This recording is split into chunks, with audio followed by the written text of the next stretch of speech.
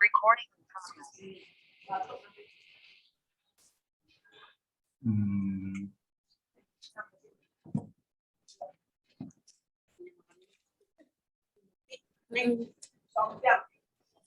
Lagi latihan aja. Ini apa? Mau diminimalis.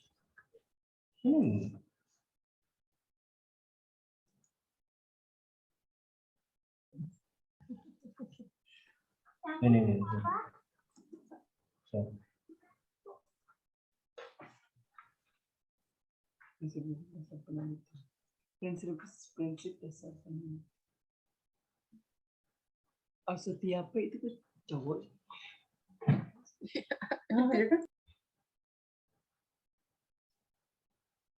Baik, bismillahirrahmanirrahim. Assalamualaikum warahmatullahi wabarakatuh. Selamat sore, salam sejahtera untuk kita semua. Bapak Ibu sekalian, alhamdulillah pada sore hari ini kita dapat berkumpul dan bertemu kembali dalam rangka penyampaian perkuliahan metodologi penelitian hukum. Untuk itu saya berharap Bapak Ibu sekalian dalam keadaan sehat walafiat sehingga kita bisa mengikuti perkuliahan pada sore hari ini dengan baik. Baik Bapak Ibu sekalian, di pertemuan sebelumnya kita sudah membahas berkaitan dengan fakta integritas kita, ya, terus juga beberapa kesepakatan yang kita sudah sepakati berkaitan dengan berapa kali kita masuk dalam pertemuan perkuliahan metode penelitian, juga nilai-nilai yang tentunya akan mempengaruhi Bapak Ibu sekalian dalam mengikuti perkuliahan di Pasca Sarjana Universitas Jayabaya. Baik Bapak Ibu sekalian, kemarin saya sudah sampaikan juga berkaitan dengan ada beberapa nilai, ya, tentunya dari keaktifan Bapak Ibu sekalian dalam absensi, kedua dalam mengikuti tugas yang insya Allah nanti akan saya sampaikan ke Bapak Ibu sekalian, yang selanjutnya adalah UTS dan UAS. Baik Bapak Ibu sekalian, langsung saja, kita tidak perlu lagi menunggu mahasiswa-mahasiswa yang belum hadir pada sore hari ini.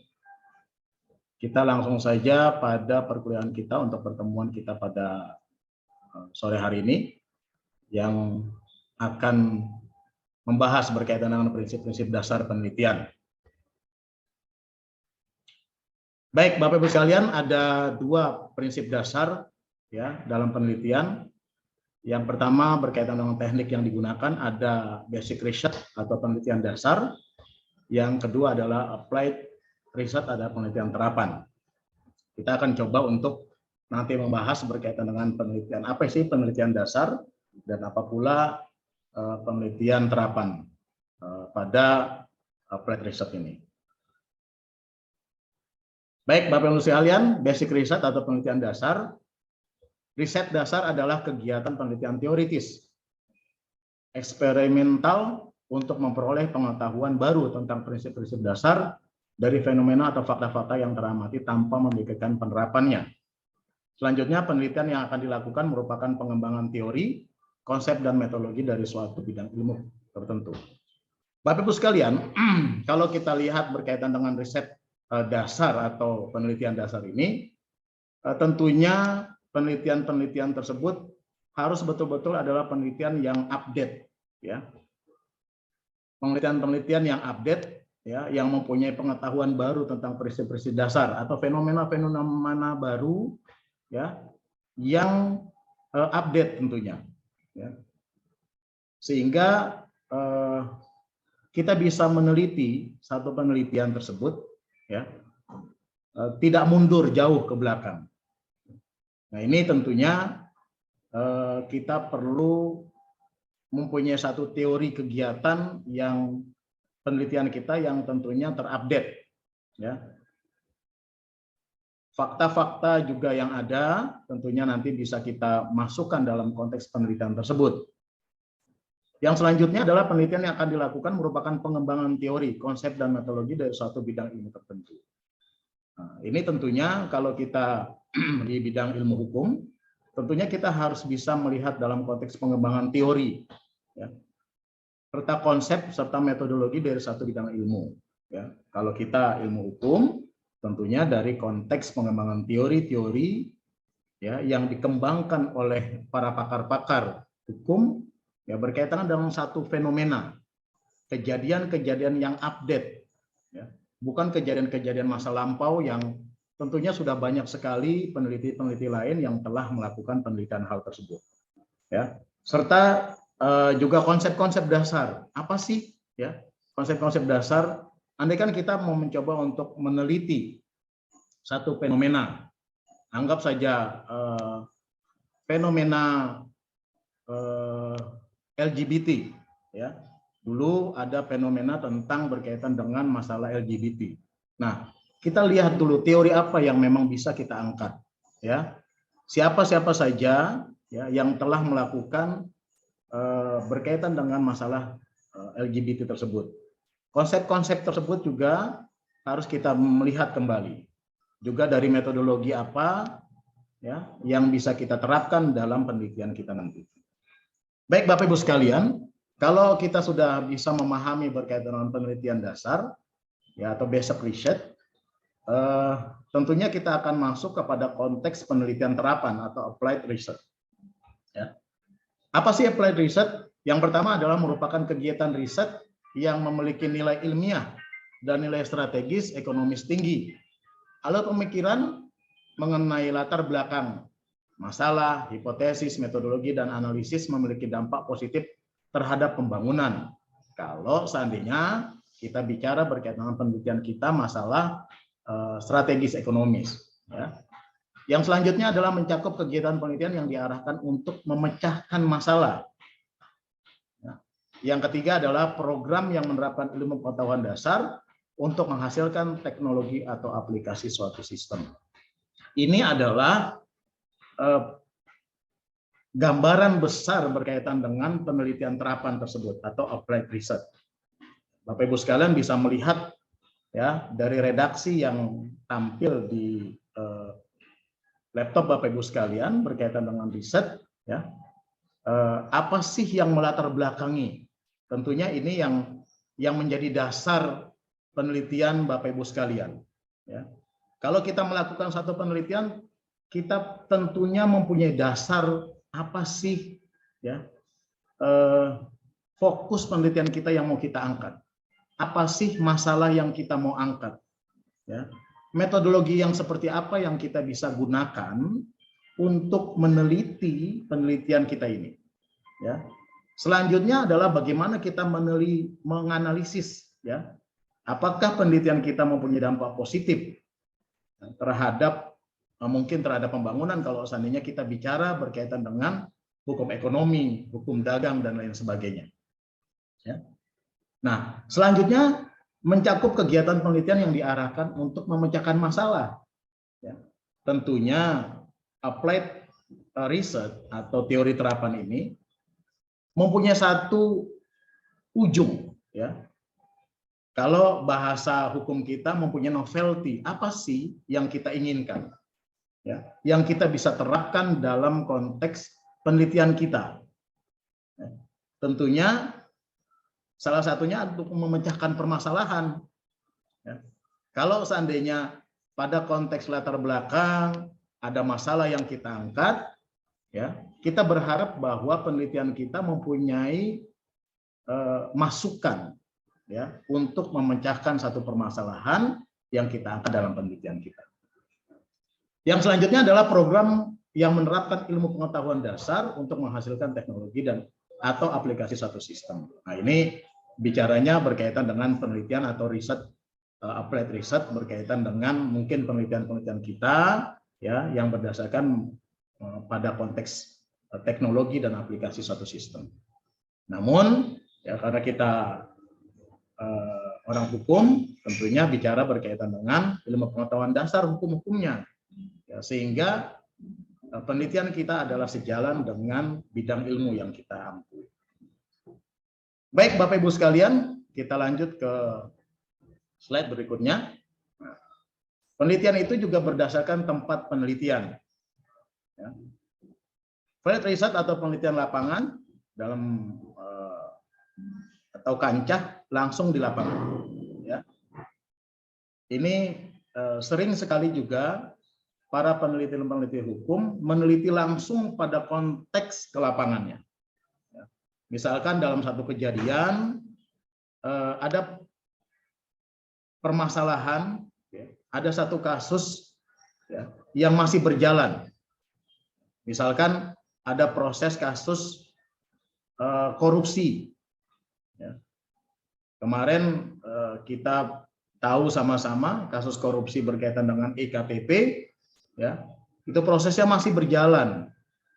Sedangkan Bapak Ibu sekalian juga ingin melakukan penelitian tersebut, ya, berkaitan dengan masalah hukumnya. Nah, Bapak Ibu sekalian bisa langsung masuk atau lanjut ke penelitian lapangan, ya, menanyakan mungkin KPK-nya, penyidiknya, ya, berkaitan dengan sanksi apa sih sebetulnya yang dikenakan bagi mereka-mereka yang melakukan tindak korupsi EKTP tersebut. Ya, jadi kita sebagai peneliti langsung masuk ke lapangan atau datang ke lapangan, ya, untuk mewawancarai, ya, orang-orang yang kita rasa adalah orang-orang tersebut mampu atau bisa memberikan informasi yang valid kepada kita dalam konteks penelitian kita. Selanjutnya adalah library research atau penelitian kepustakaan. Dilaksanakan dengan menggunakan literatur kepustakaan dari penelitian sebelumnya. Bapak Ibu sekalian, ya, ini juga bisa dikatakan berkaitan dengan jenis penelitian adalah yuridis normatif. Kita melihat atau penelitian kita adalah penelitian kepustakaan saja. Ya, artinya kita akan menggunakan literatur, buku-buku, ya, ensiklopedia, ya, kamus-kamus, ya, yang tentunya buku-buku tersebut ada di perpustakaan, sehingga Bapak Ibu sekalian bisa mengambil, ya, apa sih catatan atau tanggapan atau tulisan dari setiap pakar-pakar, ya, yang menuangkan isi pemikirannya di dalam satu literatur atau satu buku. Nah, itu namanya library research. Jadi kita tidak perlu lagi datang ke lapangan, datang ke misalkan ke pengadilan untuk mencari informasi. Tapi penelitian kita melalui library research atau penelitian kepustakaan. Ya, jadi Bapak Ibu sekalian, mungkin lebih banyak kali ya di pasca sarjana atau mahasiswa kita di pasca sarjana Universitas Jayabaya, ya, yang melaksanakan penelitian kepustakaan. Karena mungkin dipandang tidak banyak waktu yang terbuang, ya, tidak perlu banyak biaya yang terbuang, ya. Mereka hanya datang saja ke perpustakaan, ya, baik perpustakaan di kampus kita, ya, di Universitas Jayabaya, baik perpustakaan di S1 atau di fakultas atau di pasca sarjana, ya, banyak sekali referensi-referensi atau literatur, ya, buku-buku yang memang tepat atau bersinggungan dengan penelitian yang kita angkat. Nah, itu namanya penelitian kepustakaan. Selanjutnya, Bapak Ibu sekalian, kalau yang ketiga ini adalah laboratory research, penelitian laboratorium. Ini biasanya mahasiswa-mahasiswa hukum tidak masuk kepada ranah laboratory research karena ini adalah penelitian laboratorium dilaksanakan pada tempat tertentu di lab, biasanya bersifat eksperimen atau percobaan. Ya, ini mungkin dilakukan oleh peneliti-peneliti yang basicnya mungkin adalah menemukan satu eksperimen, ya. Nah, ini biasanya masuk ke sana, ya, bukan penelitian secara hukum. Ya.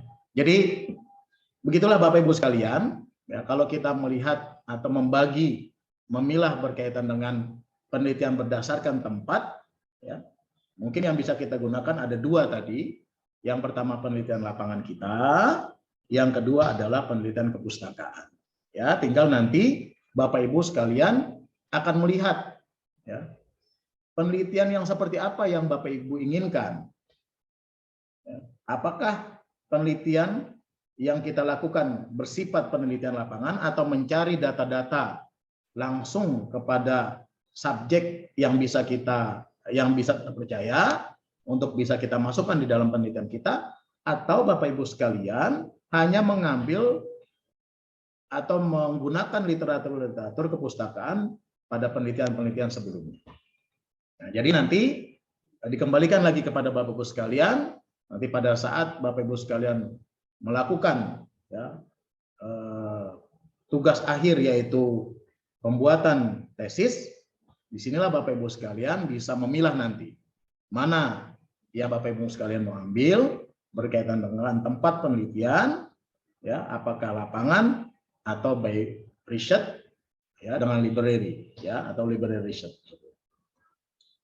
Kita lanjut Bapak Ibu sekalian.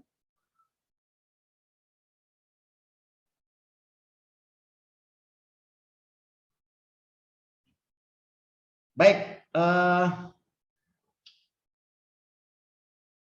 ini tadi masih ada bersinggungan dengan slide sebelumnya, ya. Ini berdasarkan pendekatan yang digunakan. Yang pertama ada survei riset, penelitian survei, tidak melakukan perubahan, tidak ada perlakuan khusus terhadap variabel yang diteliti. Yang kedua adalah eksperimen riset, penelitian percobaan, dilakukan perubahan, ada perlakuan khusus terhadap variabel yang diteliti. Ini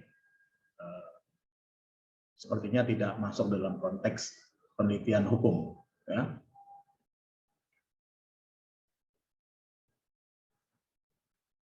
Baik, yang selanjutnya adalah survei, ya.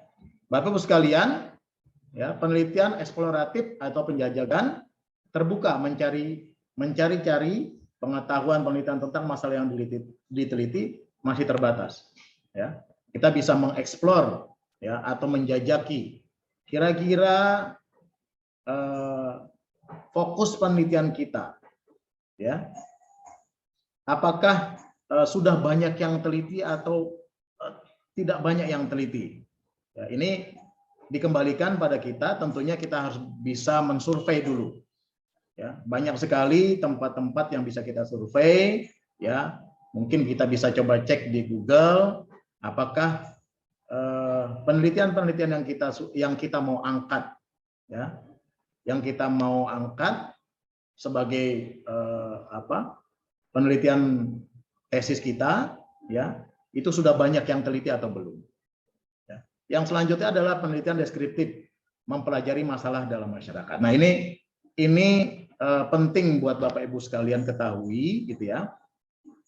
Penelitian deskriptif ini tentunya penting buat Bapak Ibu sekalian pelajari dan ketahui bahwa fenomena-fenomena yang ada di tengah masyarakat tentunya perlu kita teliti sebagai orang hukum. Ya, kita pelajari permasalahan-permasalahan yang ada di tengah-tengah masyarakat kita. Apakah banyak sekali masalah-masalah yang perlu kita angkat dan perlu jalan keluarnya. Ya. Yang selanjutnya penelitian evaluasi, mencari jawaban tentang pencapaian tujuan yang digariskan sebelumnya. Baik Bapak Ibu sekalian, dari beberapa slide yang telah saya sampaikan, slide pertama sampai slide yang ada 5 slide ini, mungkin ada pertanyaan Bapak Ibu sekalian sebelum nanti kita memasuki slide-slide yang selanjutnya atau menuju slide-slide selanjutnya. Ibu Rahmi, ada pertanyaan? Sejauh ini sudah jelas, Pak. Jelas ya. Baik. Pak Abdul Mufti, mungkin ada pertanyaan? Cukup ya? Baik. Kalau gitu kita lanjutkan lagi.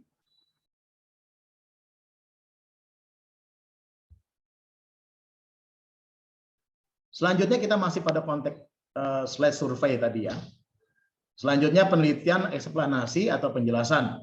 Menggunakan data yang sama, menjelaskan hubungan kausal antara variabel melalui pengujian hipotesis. Nah ini karena kita bicara berkaitan dengan hukum, tentunya berkaitan dengan variabel-variabel hukum yang akan kita teliti. Yang selanjutnya penelitian prediksi meramalkan fenomena atau keadaan tertentu.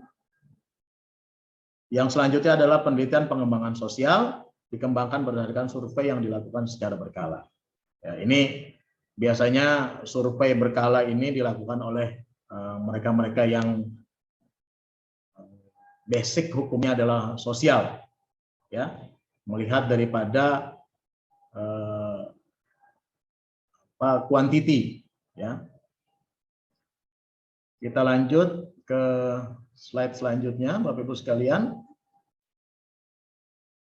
Nah, Bapak Ibu sekalian, ini paling penting karena alur penelitian ini nanti kita akan mengaplikasikannya pada tulisan kita di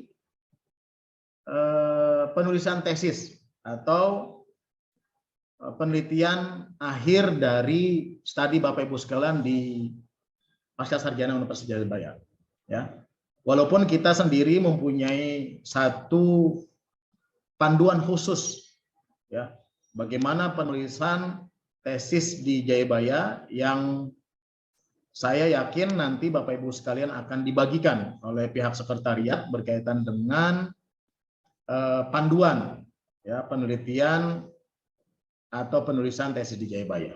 Tapi secara garis besar saya akan menyampaikan kepada Bapak Ibu sekalian berkaitan dengan alur penelitian. Yang pertama adalah memilih masalah. Ya, Bapak Ibu sekalian, dalam mencoba untuk memilih satu permasalahan, ya, Bapak Ibu sekalian harus memerlukan kepekaan. Ya, kalau gampangnya Bapak Ibu sekalian, di penelitian hukum itu kita akan melihat gap antara das Sollen dan das Sein, ya, antara seharusnya dan bagaimana kenyataannya. Nah, ini penting sekali untuk memerlukan kepekaan Bapak Ibu sekalian. Contoh begini, ya, di Undang-Undang Lalu Lintas, wajib hukumnya, ya, bagi pengendara motor itu mempunyai SIM, surat izin mengemudi. Wajib hukumnya bagi pengendara motor itu memakai helm. Ya. Wajib hukumnya pengendara motor itu hanya berboncengan 2 orang saja. Wajib hukumnya, ya, pengendara motor itu mematuhi, ya, rambu-rambu lalu lintas. Seharusnya seperti itu, ya, karena memang hal tersebut sudah ditetapkan di dalam Undang-Undang Lalu Lintas. Namun kita lihat fenomenanya, pada kenyataannya hal tersebut banyak sekali masyarakat Indonesia yang tidak melaksanakan aturan tersebut. Nah, di sini ada gap, ya. Kalau kita lihat banyak sekali pengendara motor yang tidak pakai helm. Ya. Banyak sekali pengendara motor yang belum mempunyai SIM. Ya. Banyak sekali pengendara motor yang menerabas rambu lalu lintas. Ya. Banyak sekali juga pengendara motor yang berbonceng 3 bukan 2 atau lebih daripada 2. Nah, kalau kita peka melihat permasalahan tersebut, berarti ini ada gap, ada masalah antara seharusnya dan kenyataannya. Disitulah gap, di situ baru kita angkat menjadi satu permasalahan. Ya. Kenapa ini? Apakah memang orang Indonesia selalu mengabaikan, ya, aturan-aturan yang memang sudah ditetapkan oleh pemerintah kepada kita, atau memang karena kita terlalu cuek, gitu ya?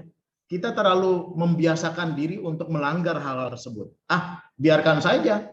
Kalau toh memang melanggar, ya paling kita kasih 20.000 kepada polisi, selesai sudah masalahnya. Ya.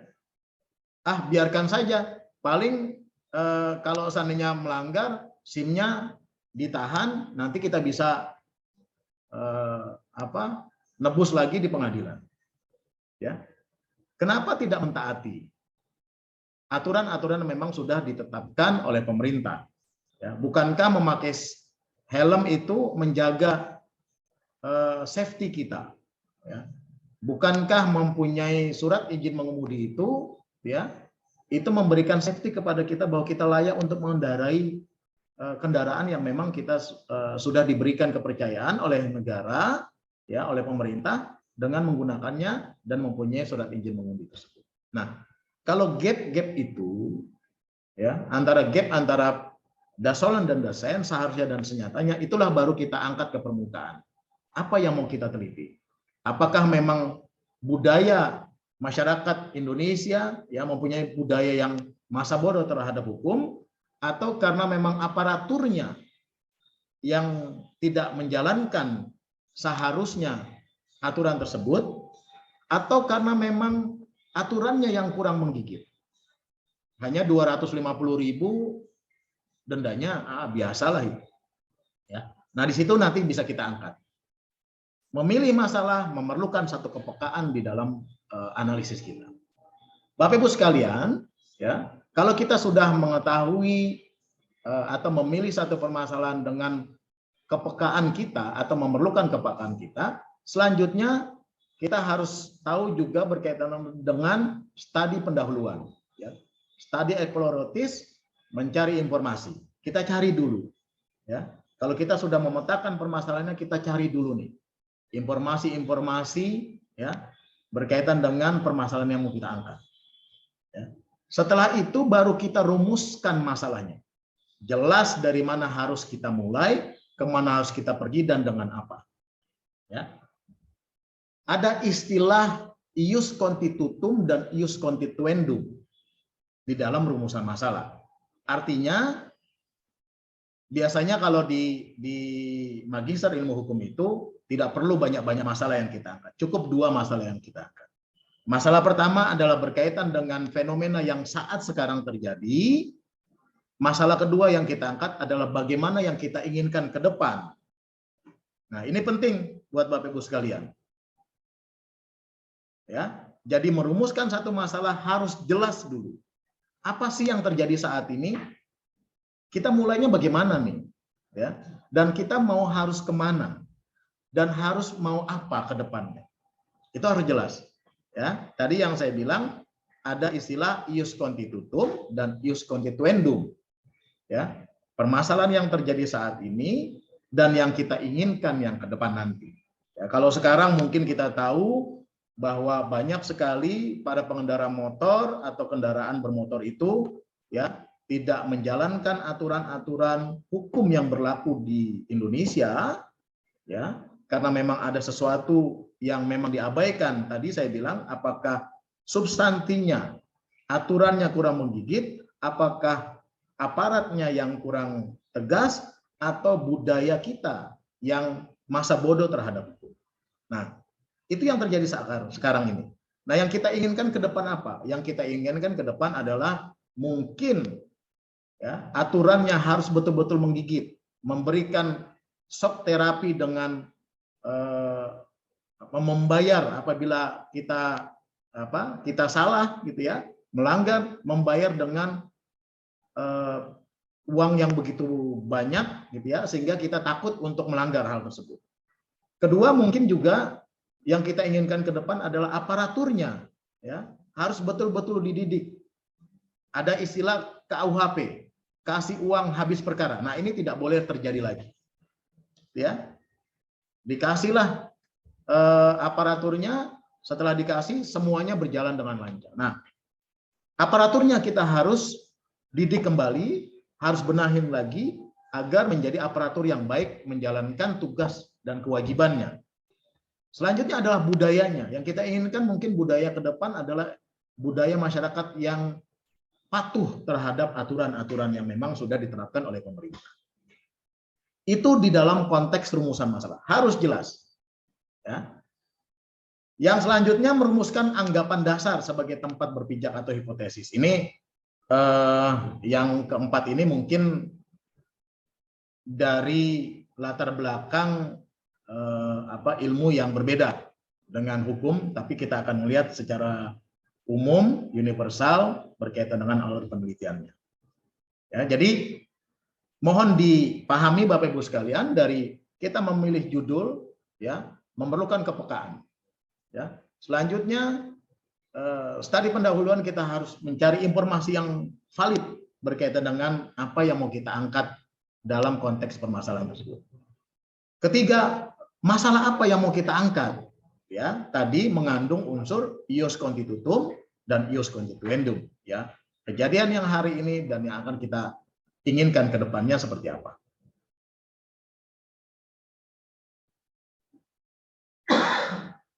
Bapak Ibu sekalian, lanjut kita setelah sudah ada rumusan masalah, kita harus memilih pendekatan.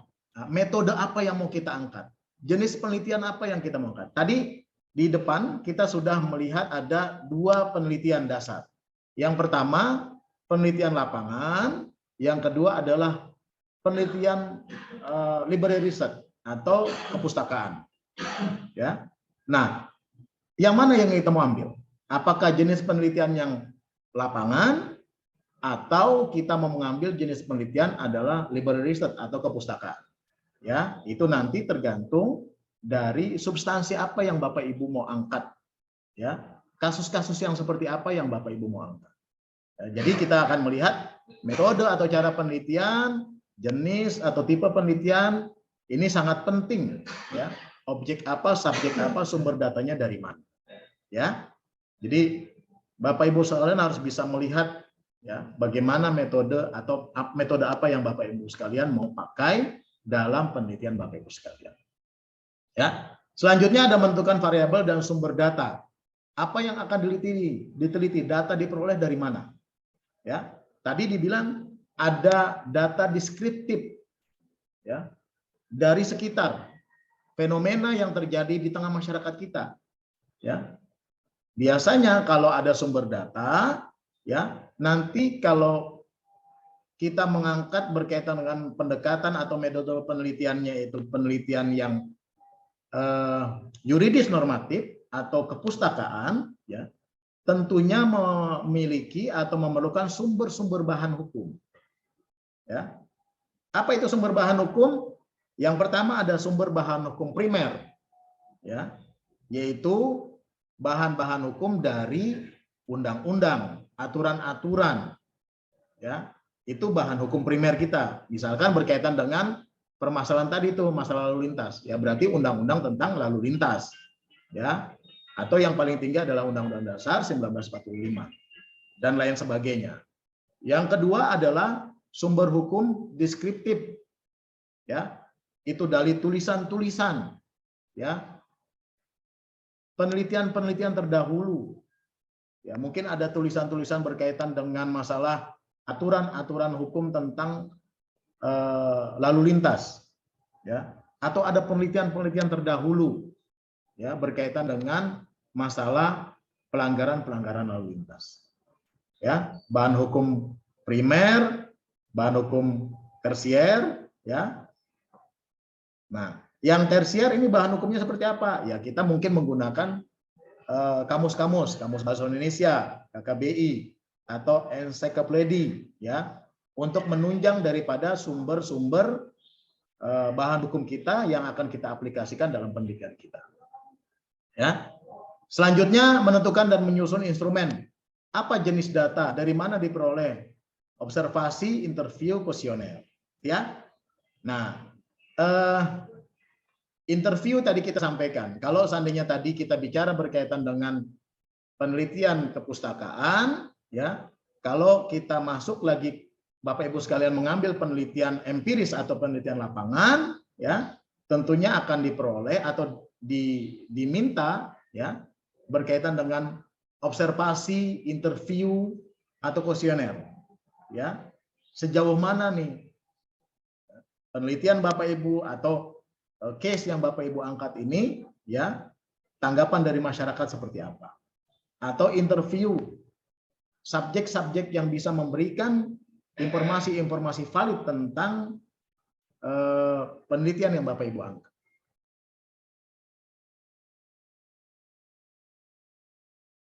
Ya. Selanjutnya adalah mengumpulkan data. Dari mana, dengan cara apa? Ya, tadi saya sampaikan mengumpulkan data bisa dengan datang ke perpustakaan, ada data-data yang perlu kita kumpulkan, atau datang ke pengadilan berkaitan dengan putusan-putusan, ya, yang kita bisa kumpulkan, ya, dengan cara ya tadi kita datang ke perpustakaan, ya kita datang ke pengadilan untuk mencari data-data yang berkaitan dengan penelitian yang kita angkat. Setelah data-data yang ada, yang kita dapat, terus kita apakan ini? Tentunya harus kita analisis, ya. Data-data itu kita analisis, memerlukan ketekunan dan pengertian terhadap data, apa jenis data, dan akan menentukan teknis analisisnya, ya. Putusan pengadilan sudah kita dapatkan, ya. Terus wawancara juga sudah kita dapatkan. Selanjutnya mungkin juga dengan data-data bukti-bukti yang sudah kita dapatkan. Nah, data tersebut harus kita analisis, ya. Mana data-data yang valid, validasinya baik, sehingga kita bisa angkat menjadi satu data yang valid di dalam penelitian kita. Mana yang tidak, nah itu harus kita pilah data-data tersebut. Setelah data sudah kita analisis, ya, setelah itu kita harus menarik satu kesimpulan, ya. Kalau sudah ada latar belakang masalahnya, kita masuk kepada analisis latar belakang masalah tersebut, terus masalah apa yang kita angkat dalam konteks rumusan masalah. Selanjutnya kita memakai metodologi penelitian yang seperti apa, ya. Terus kita analisis, selanjutnya kita harus menyimpulkan dari penelitian kita tersebut. Ya. Ya, penelitian kita bagaimana nih? Kesimpulannya seperti apa? Ya. Nah, itu kita tuangkan di dalam kalau di teknik penulisan tesis di Jayabaya itu di bab 5, ya. Itu kita akan tuangkan bagaimana kesimpulan dari penelitian kita tersebut. Ya, kalau rumusan masalahnya ada 2, tadi mempunyai ketentuan ius constitutum dan ius constituendum, apa yang terjadi hari ini dan kita inginkan ke depan, berarti kesimpulan kita juga harus ada 2. Rumusan masalah pertama kita simpulkan, dan rumusan masalah kedua kita simpulkan juga, ya. Nah, kalau ini menyusun laporan memerlukan penguasaan bahasa yang baik dan benar, ya. Baik, selanjutnya Bapak Ibu sekalian, sebelum kita masuk kepada konteks struktur penelitian, dari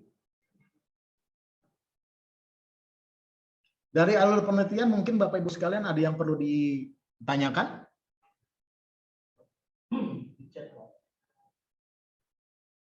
Baik, saya akan coba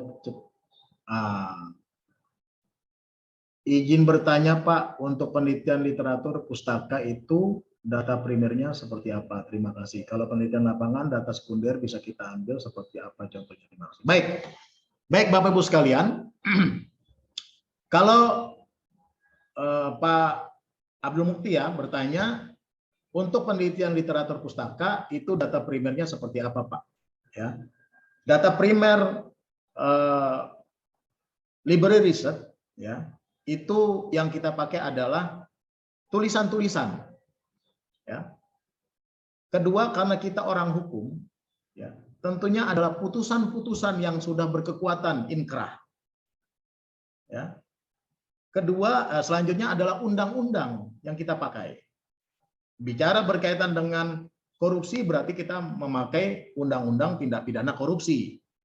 Bicara kita tentang masalah pidana korporasi, kita bicara tentang undang-undang tentang korporasi. Ya, data primer adalah data yang betul-betul menjadi acuan utama. Ya, acuan utama penelitian kita. Ya. Kalau penelitian lapangan, data sekunder bisa kita ambil seperti apa contohnya? Tadi sudah dijawab, ya. Jadi data sekunder itu ya tentunya kalau kita di lapangan ada wawancara kepada subjek-subjek hukum, ya, yang tentunya bisa memberikan input kelengkapan ya, dari penelitian kita. Ya. Baik, Pak Abdul Muti. Mungkin ada lagi yang mau dipertanyakan dari Bapak Ibu yang lain?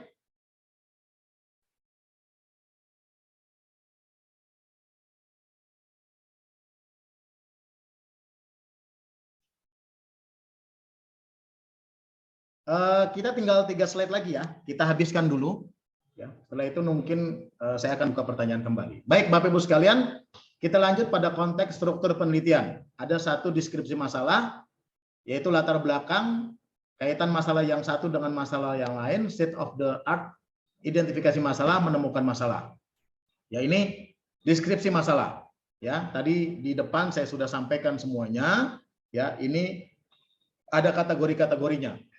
Ya, yang pertama adalah deskripsi masalah. Ada latar belakang masalah. Dalam penelitian di tesis kita itu ada satu penelitian yang harus mencoba diangkat dulu yang melatar belakang masalah kita. Kegundahan hati kita ya untuk mengangkat satu permasalahan itu kita tuangkan di dalam latar belakang masalah. Ya. Selanjutnya ada identifikasi masalah. Kita menemukan masalahnya. Setelah latar belakang kita angkat, apa sih yang melatar belakangi kita mengangkat satu permasalahan tersebut, gitu ya? Harus kita menemukan satu masalah. Ya, tadi, ya, masalah tersebut kuat kaitannya dengan ius constitutum dan ius constituendum. Apa yang terjadi saat ini dan yang kita inginkan ke depan. Selanjutnya adalah pembatasan masalah. Ya, ini pembatasan masalah. Mungkin banyak sekali permasalahannya, tapi kita harus batasi permasalahannya dalam penelitian kita. Ya, biasanya kalau di Pasca Jayabaya hanya 2 masalah yang kita angkat. Walaupun mungkin ada 3 atau 4, tapi biasanya kita dua saja kita angkat. Yang penting dengan prinsip, memakai prinsip fenomena terbalik. Ya, Bapak Ibu sekalian,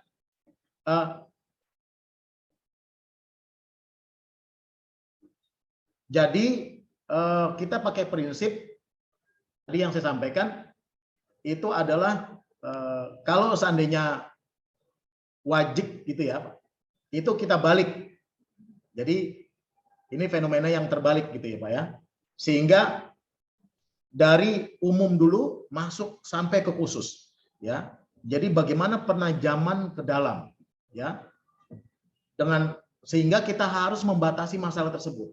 Tidak perlu banyak masalah yang kita angkat, cukup misalkan 2 saja masalah yang kita angkat, tapi cukup tajam ke bawah. Cukup tajam ke bawah.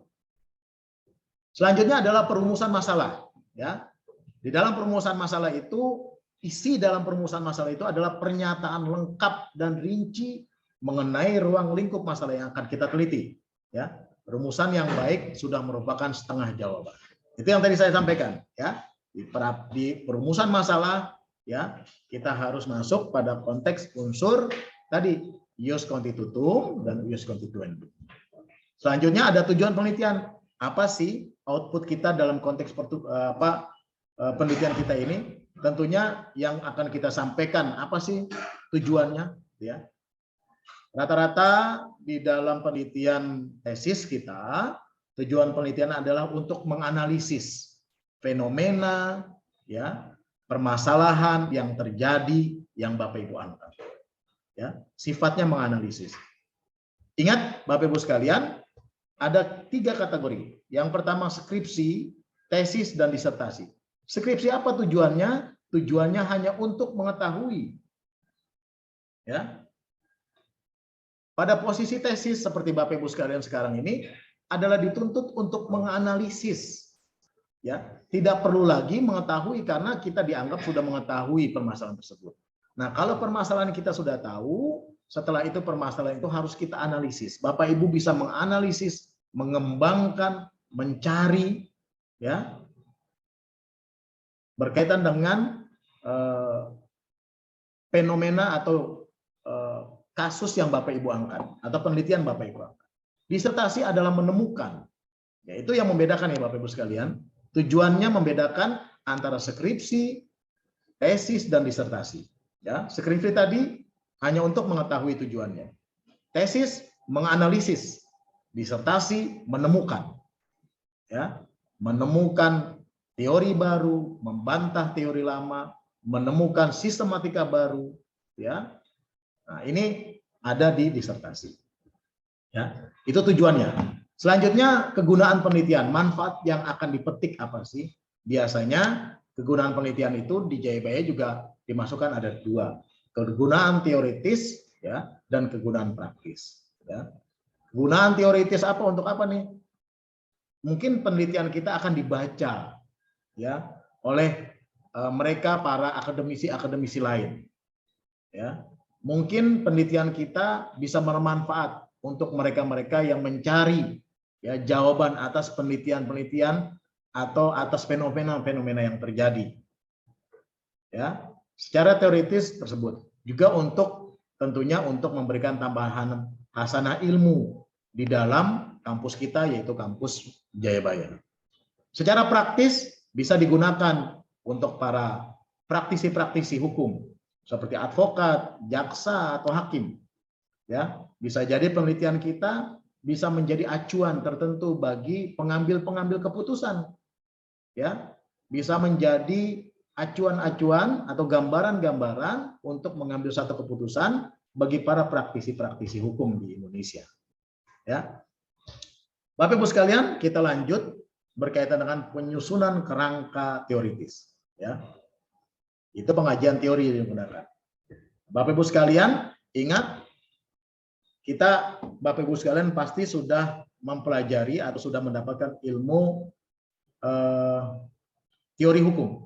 Ya. Apa sih gunanya teori? Ya. Teori adalah sebagai guidance. Teori adalah sebagai pisau analisis. Ya, dia akan membelah, ya, mencacah masalah-masalah yang kita angkat dalam penelitian kita menggunakan teori. Untuk apa? Untuk memberikan guidance, ya, guide, ya, untuk menjaga bahwa penelitian kita atau pembahasan kita tidak mengembang kemana-mana. Ya, itulah gunanya teori. Ya. Apa? Untuk menggait kita agar tadi penjabaran kita, pembahasan kita, ya, atas masalah yang kita angkat tidak melebar kemana-mana. Tentunya memakai teori tadi. Nah, kalau tadi saya memberikan contoh berkaitan dengan Dasolan, gap antara Dasolan dan Dasein, masalah kepatuhan berkaitan dengan lalu lintas, mungkin kita bisa pakai teori adalah teori sistem, ya, dari Friedman. Apa teori sistem dari Friedman? Ada 3 substansi yang paling besar. Yang pertama legal substansi, ya, legal struktur dan legal kultur.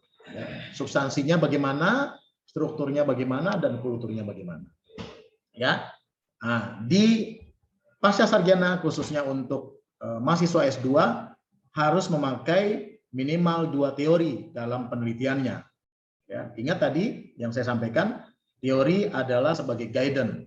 Dia sebagai pisau analisis yang akan membedah permasalahan satu persatu agar permasalahan yang kita jabarkan tidak melebar kemana-mana sehingga bisa fokus.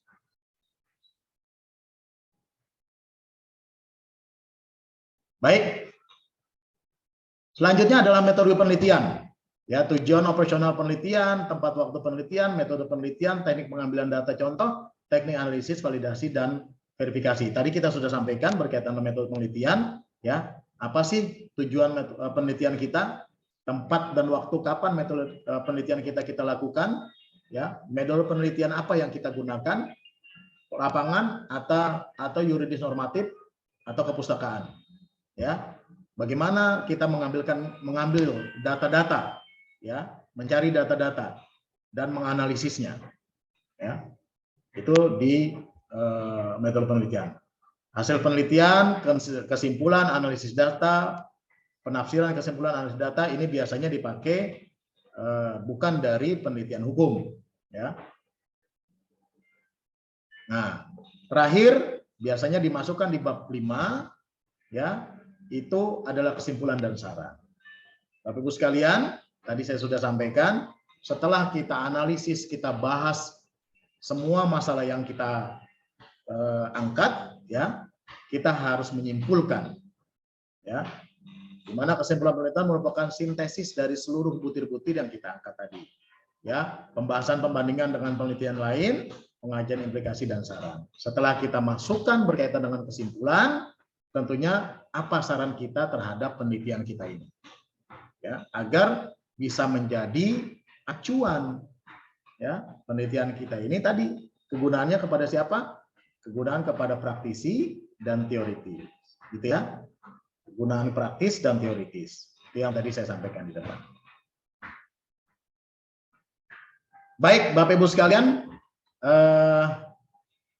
lengkap sudah, ya, pertemuan kita pada hari ini dengan membahas dari jenis penelitian, ya, alur penelitian, ya, terus juga survei, ya, sampai pada struktur penelitian. Saya yakin dan percaya Bapak Ibu menyimak dengan baik, ya, karena ini penting sekali buat Bapak Ibu sekalian, karena ini adalah modal dasar Bapak Ibu sekalian untuk melakukan, ya, melakukan penelitian selanjutnya untuk bahan penelitian akhir di tesis Bapak Ibu sekalian. Baik Bapak Ibu sekalian, mungkin ada pertanyaan?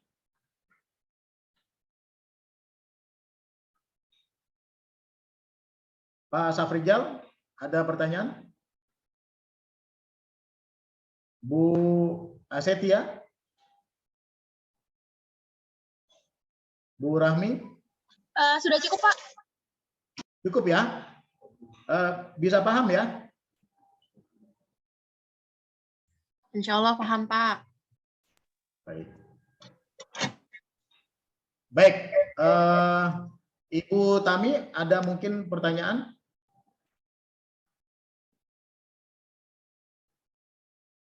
Cukup? Bisa dipahami ya?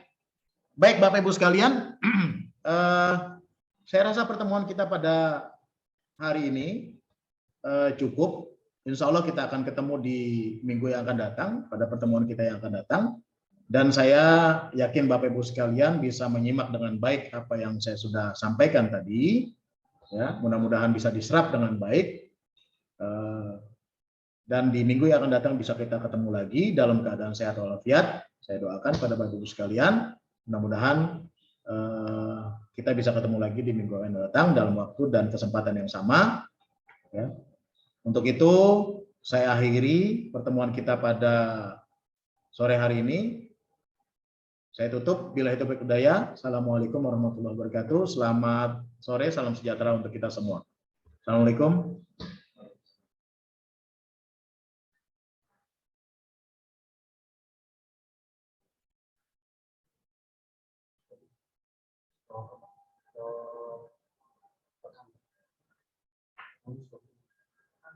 Biasa